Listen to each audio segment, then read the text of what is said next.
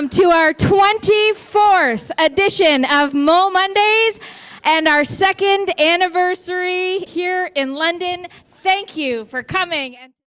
Grew up working in factory, started when I was 12, fell down a feed bin in silo when I was 17. Fun and exciting stuff, get trapped for a couple hours, and that's when my life changed.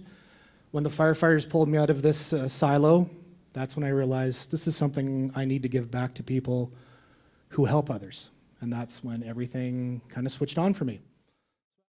Fred picked it up and he said, "Yeah." And this voice on the other end said, "Fred, what's going on out there?" And Fred said, "I got an emergency here. I can't take these phone calls." And the voice said, "I know you've got an emergency out there, but what is it?" He said, "Did you not understand I have an emergency?" And the voice said, "Do you know who this is?" And Fred said, "No, I really don't know who this is." And the voice said, "This is Stan, the president." And Fred said, "Do you know who this is?" And Stan said, "No." He says, "That's good," and hung up. I have learned, and please don't get me wrong here, I have met a lot of wonderful, great, enthusiastic, and positive young people. But what I've discovered is that a lot of young people are hearing and only receiving messages of what they want to hear and also what they hear from other people, regardless of truth or reality. I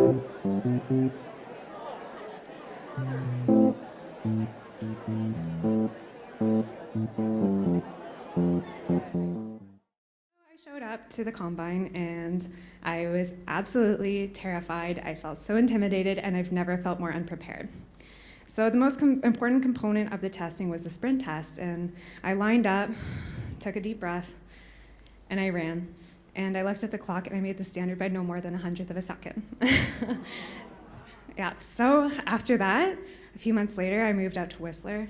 And the first time I went down the track, I was just immediately hooked.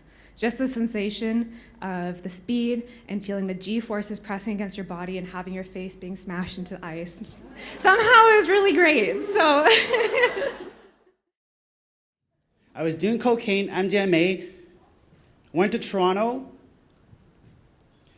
got super high off G and cocaine and MDMA, didn't sleep all night, lost my keys, I was stuck outside. And that was my rock bottom that you don't know about. So I came home and I decided to change my life because I didn't want to live this way. And you see now, I can touch my toes.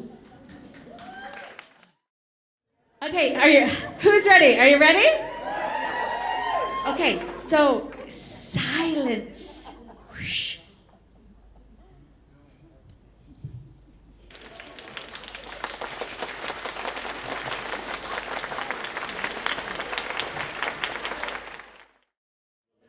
All right, here we go.